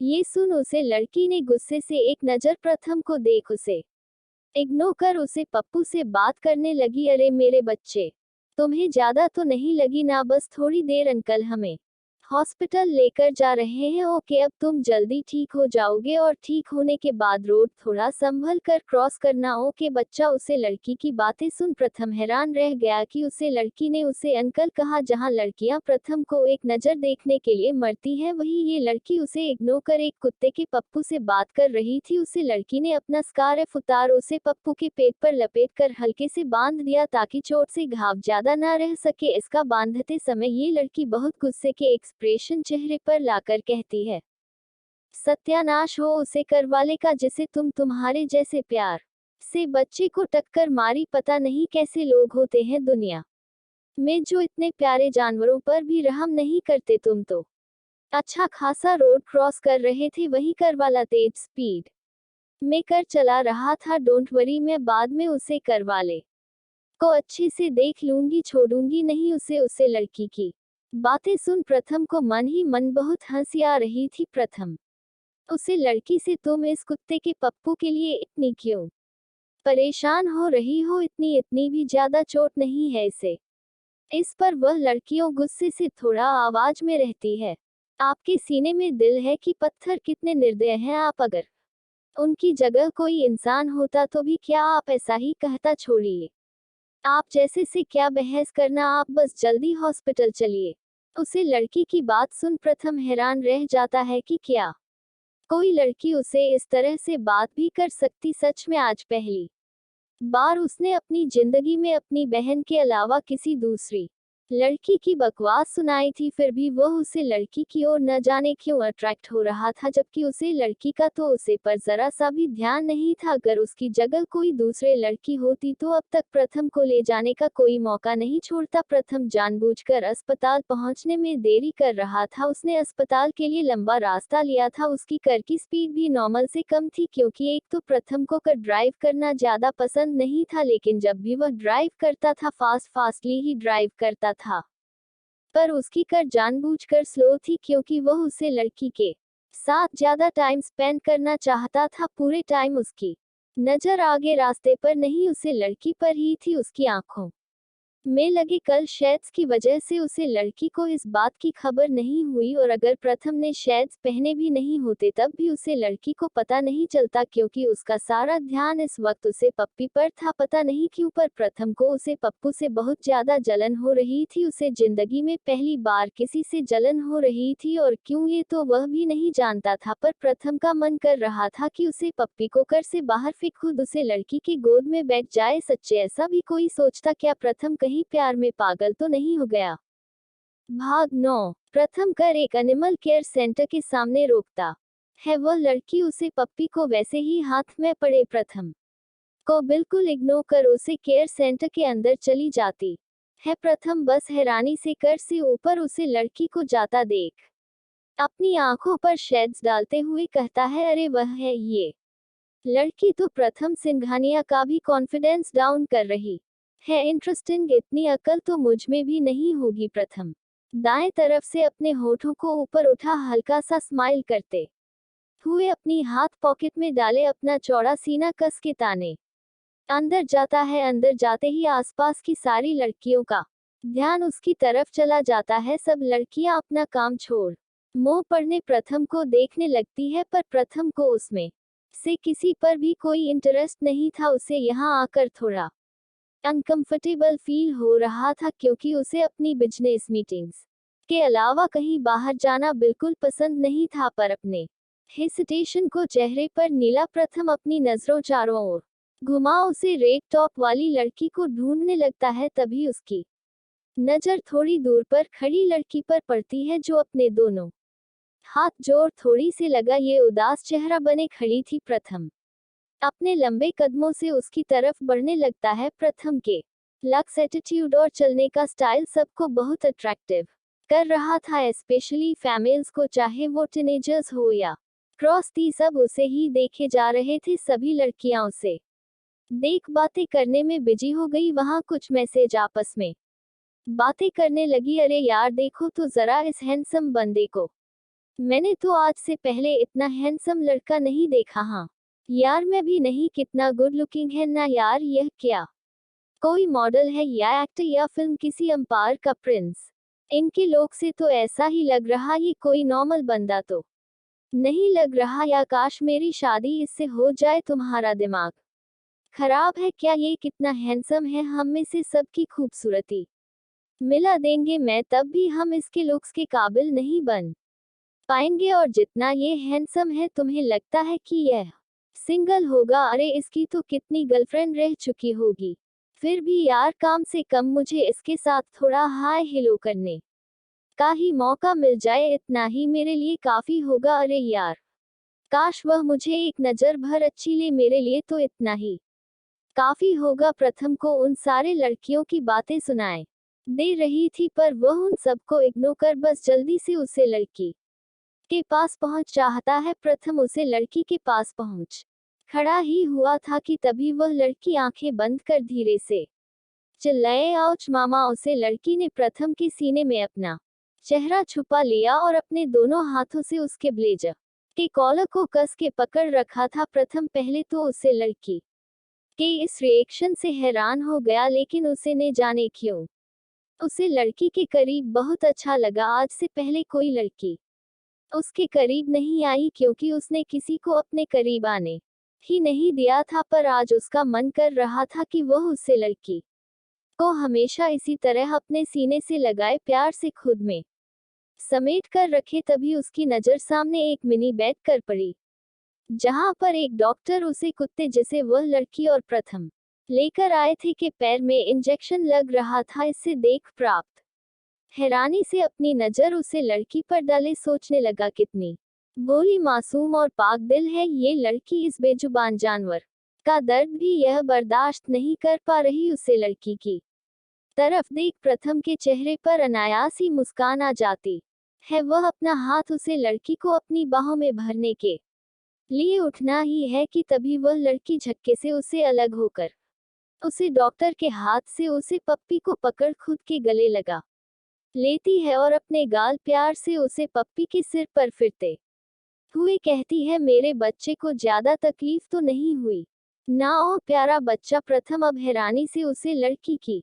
तरफ देखा है। वह साथ ही गुस्सा भी था क्योंकि यह लड़की उसे छोड़ एक कुत्ते को गले लगा रही थी। हमेशा लड़कियों को इग्नोर करने वाला प्रथम सिंघानिया को बिल्कुल बर्दाश्त नहीं हो रहा था कि कोई लड़की उसे इग्नोर करे। उसे लड़की को जैसे ही यह एहसास हुआ कि कोई उसे बहुत गुस्से भरी निगाहों से घर रहा है तो उसका ध्यान भी प्रथम को और चला गया। वह लड़की हैरानी से उसे देखते हुए बोली, तुम यहाँ क्या कर रहे हो? प्रथम गुस्से से अपने मन ही मन बोला, अभी तो कुछ देर पहले इतना चिपक कर गले मिल रही थी, अब बोल रही है कि मैं यहाँ क्या कर रहा हूँ? पागल लड़की लगता है इसे सिर्फ जानवरों से ही बात करने में इंटरेस्ट है।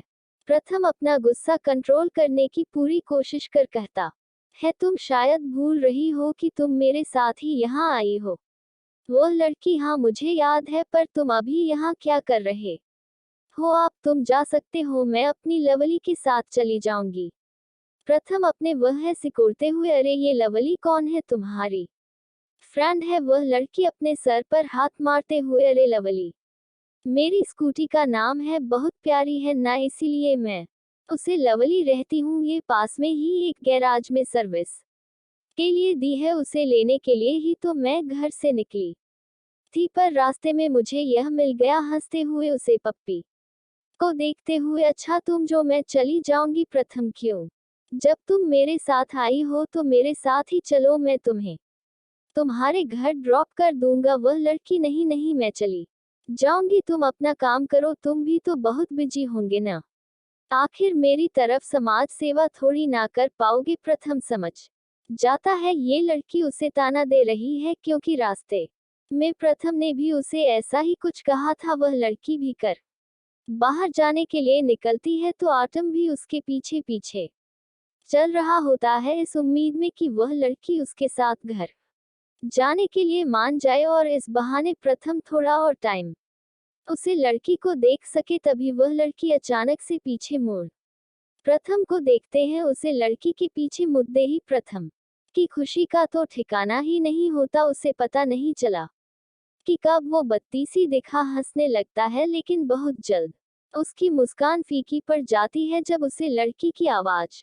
उसके कानों में पड़ती है। वैसे बात कही, अगर आप बुरा ना माने, ये काला चश्मा लगाए मत घुमा करे, इस वक्त ये धूप भी नहीं है फिर भी अपने चश्मा लगाए रखा है। सच में एक दम पागल लग रहे हैं सारे लोग, बस आपको देख रहे हैं, क्योंकि आपने बिल्कुल भी कॉमन सेंस नहीं है। और प्लीज इस तरह मेरे पीछे पीछे घूमना भी बंद कीजिए, क्योंकि आपकी वजह से सब लोग मुझे भी देख रहे हैं। और प्लीज ऐसे इतना बड़ा मुंह है खोल हंसना भी बंद कर दीजिए, बच्चे देखेंगे तो डर जाएंगे, और ऐसे हंसना अच्छा भी नहीं लगता, और आप पर तो ये बिल्कुल भी सूट नहीं हो रहा। थोड़ा मुंह बंद करके हंसी है, ओके?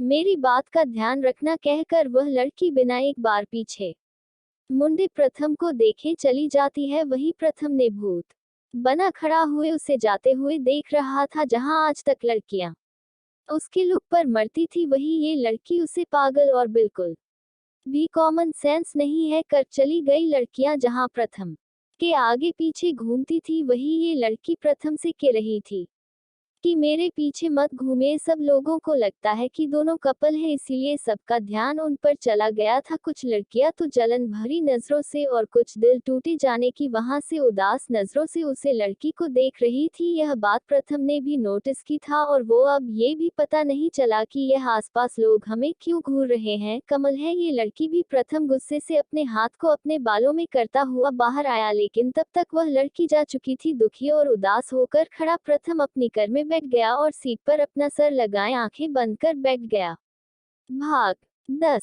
प्रथम अपने ऑफिस जाकर अपने केबिन में बैठा काम पर फोकस करने की कोशिश कर रहा था, पर बार बार वह लड़की उसे परेशान कर रही थी। उसे लड़की की आवाज अभी प्रथम के कानून में शहद को तरह भुला रहा था। उसे वह उतना याद आ रही थी। तंग होकर वह अपने सीट पर सर रख आंखें बंद की, और अचानक से उसे लड़की का चेहरा उसके सामने आ गया। उसे लड़की का चेहरा देख प्रथम के चेहरे पर मुस्कान आ गई, पर फिर उसने अपनी आंखें खोल अपना सर झटके से दबाए खिलाए हुए खुद से ही कहा, यह मुझे क्या हो रहा है प्रथम, तू ऐसा नहीं कर सकता। लड़कियों सिर्फ इरिटेट कर सकती हैं और कुछ नहीं। और यह सारे ख्याल जो तेरे मन में उसे लड़की के बारे में चल रहे हैं, भूल जा। धन धनाता हुआ केबिन में आया और प्रथम के सामने टेबल पर एक फाइल पटकते हुए कहा, जल्दी से इस पर साइन कर, मुझे ऐना काम जल्दी से खत्म करके जाना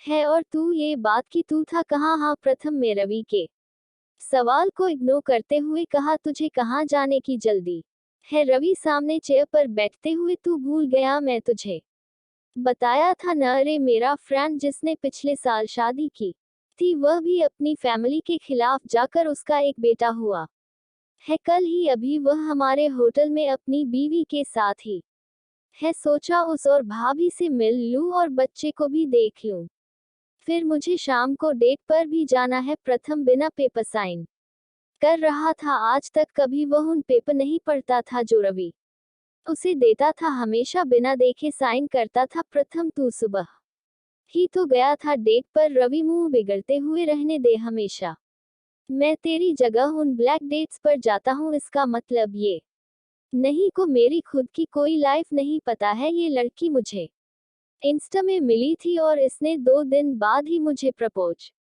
भी किया। शर्माते हुए प्रथम इस बार अच्छे से चेक कर लेना कि सच में वह लड़की ही है, वरना पिछले बाहर की तरह है तेरे साथ धोखा ना हो जाए। याद है एक लड़का तुझे लड़की बनकर फोन में बात करता था और तुझे उससे प्यार हो गया था। बात तुझे पता चला कि वह लड़की नहीं लड़का है। प्रथम ने रवि को चिढ़ाते हुए कहा। रवि को अपना मजाक बनते देखा गुस्सा तो आ रहा था, पर फिर उसका ध्यान प्रथम के मूड पर गया। भले ही प्रथम हमेशा काम बोलता था और उसका चेहरा हमेशा एक्सप्रेशनलेस दिखलाता था, पर आज प्रथम के चेहरे को नोटिस कर रवि को कुछ अलग अलग लग रहा था। रवि टेंशन में मेरी छोड़, तुझे क्या हुआ, इतना सैड किन है तू? प्रथम किसने कहा मैं उदास हूँ, तू जा अपना काम कर। रवि जंप कर टेबल पर चढ़ प्रथम के पास आकर बैठ गया। अब तू मुझसे भी बातें पूछने लगा? प्रथम तू नीचे उतर हो जा यहाँ से। रवि नहीं, पहले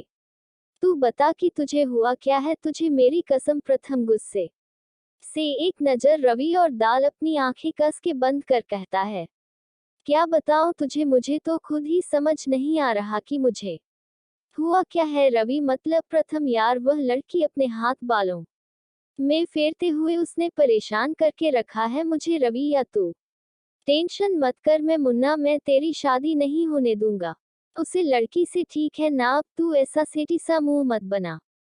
प्रथम यार, मैं उसे लड़की की बात नहीं कर रहा जैसे दादी ने मिलने के लिए कहा था। रवि तो और कौन सी लड़की? प्रथम वही सुबह वाली। रवि क्या किया उसे लड़की ने जो तू इतना परेशान है? प्रथम कुछ किया ही तो नहीं न? रवि मतलब प्रथम उसे लड़की ने मेरी तरफ एक बार भी नहीं देखा, जबकि मैं बस उसे ही देख रहा था। रवि शक रह गया को क्या सच में ये वही इंसान है जिसे ये जनता जो लड़की दूर से दिखते ही रास्ता बदल देता है? वह कह रहा कि वह आचरे ध्यान से किसी लड़की को देखे जा रहा था। अचानक से रवि पागलों की तरह अपना पेट पकड़ टेबल पर लेते हंसने लगा, जिससे गुस्से में प्रथम ने पास रखी फाइल उठाकर उसे पर्दे मारी। पर रवि अभी भी जोर जोर से हंसे जा रहा था। रवि अपना पेट पकड़ अपनी हंसी कंट्रोल करते हुए यार तुम मजाक कर रहा है ना?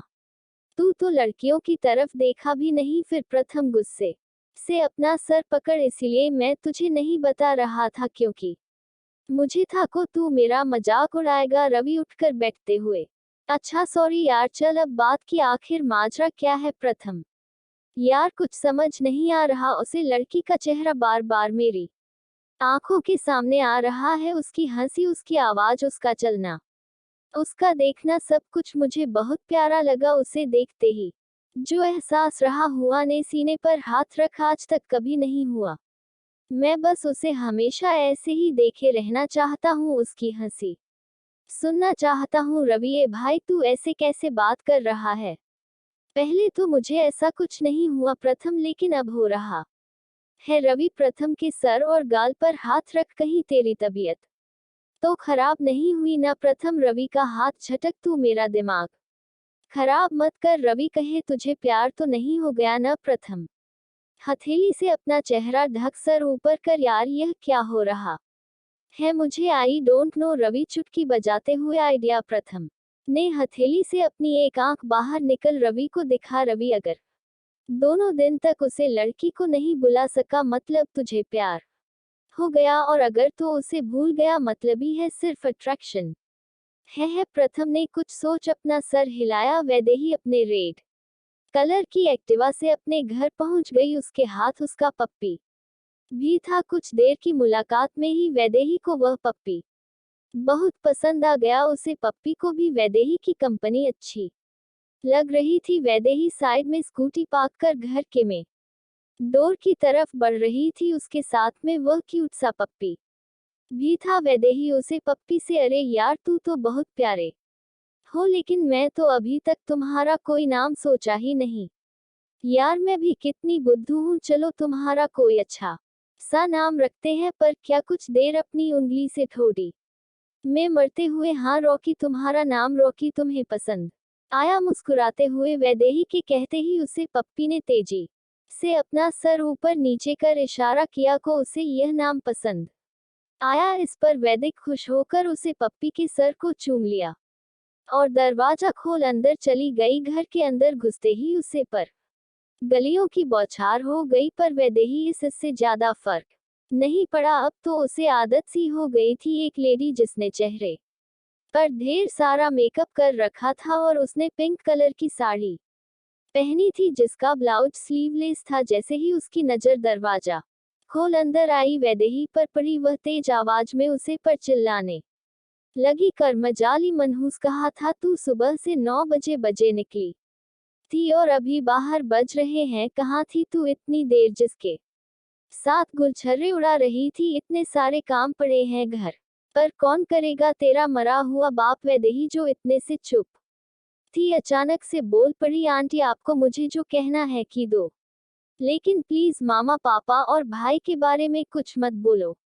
इस पर एक लड़की जो सोफे पर बैठकर ऐना देख अपने चेहरे पर फाउंडेशन लेगा रही थी, गुस्से से बोली, बदतमीज लड़की, तमीज से बात करो नहीं तो अपना मुंह बंद रखो। और यह किस कुत्ते को अपने साथ लेकर आई हो? तुम्हें घर पर रख रखा है? इतना मतलब यह नहीं कि रोड के सारे जानवर हमारे ही घर पर आकर रहेंगे? वैदेही माही दी, प्लीज से कुत्ता मत बोलिए, उसका नाम रॉकी है। इस पर वह लेडी बोली, बेशर्म, आजकल तेरी जुबान ज्यादा नहीं चल रही। और यह किस लेकर आई है? तू अभी के अभी बाहर निकाल इसे, वरना तू भी चली जा यहाँ से। वैदेही, प्लीज आंटी इसे रहने दो ना यहाँ। तभी घर के अंदर एक रूम से बाहर निकलते हुए एक आदमी आया। आदमी, क्या हुआ लता, अब क्यों चिल्ला रही हो? इस पर लता, देखो अपनी भतीजी को रास्तों के कुत्ते को उठाकर घर ला रही है और मैंने मना किया तो मुझ पर चिल्ला रही है। मोहन, मोहन अब क्यों क्लेश कर रही है तुम? वैदेही, और यह किस उठा लाए जा अभी के अभी बाहर छोड़कर। इस वैदेही, प्लीज अंकल,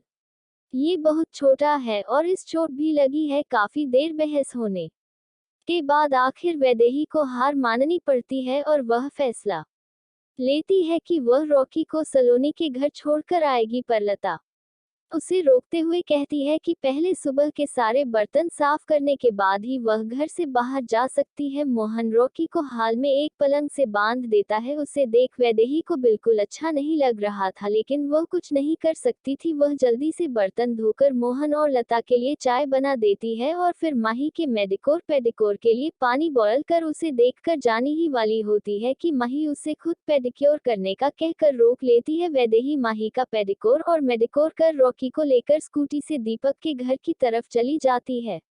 भाग 11। वैदेही भारी मन से रॉकी को दीपक के घर छोड़ कर आ गई। दीपक भी वैदेही के भाई विवान की तरह पुलिस इंस्पेक्टर था और साथ ही उसके भाई का दोस्त भी वेद ही, और उसका रिश्ता एकदम सगे भाई बहन जैसा था। सोनम जो दीपक की छोटी बहन थी, वैदेही उसे अपनी छोटी बहन ही मानती थी। वैदेही जब घर गई तब दीपक घर पर नहीं था। वहां दीपक की माँ और सोनम मौजूद थी। वैदेही ने कुछ देर उनसे बात की और रॉकी की तरह नामी भरी नजरों से कहा, तुम चिंता मत करो, मैं तुमसे मिलने आई रहूंगी और अपना ख्याल रखना और यह किसी को बिल्कुल भी तंग मत करना। रॉकी उदास होकर अपने मोती जैसे आंखों से वैदेही को देखने लगा। वैदेही प्यार से उसके सर पर हाथ पर अपनी आंखों की नमी छुपाते हुए चौली गई। वेद ही शुरू से ऐसी ही सेंसिटिव थी, पर आय को भी अपना मानने की कला उसने बचपन से ही थी। इसीलिए अपने चाचा और चचेरी बहन के इतने बुरे बर्ताव की शिकायत नहीं उसने कभी अपने भाई से की और नहीं उसके खिलाफ कभी कुछ कहा। वह अपने भाई को भी चाचा चाची के बर्ताव के बारे में बात कर परेशान नहीं करना चाहती थी। वैदेही जानती थी कि घर का खर्चा विवान की सैलरी से ही चलता है, क्योंकि महान तो कोई काम करता ही नहीं था। वैदेही के कॉलेज की फीस भरने की लास्ट डेट थी, इसलिए वह स्कूटी लेकर कॉलेज पहुंच गई। वैदेही मुंबई के पूर्णिमा हॉस्पिटल काल्पनिक के कैप की स्टूडेंट थी। यह हॉस्पिटल इंडिया के टॉप हॉस्पिटल में से एक था और यहाँ पढ़ने इंडिया के हर मेडिकल स्टूडेंट का सपना भी था। वैदेही बचपन से ही ब्राइट स्टूडेंट थी।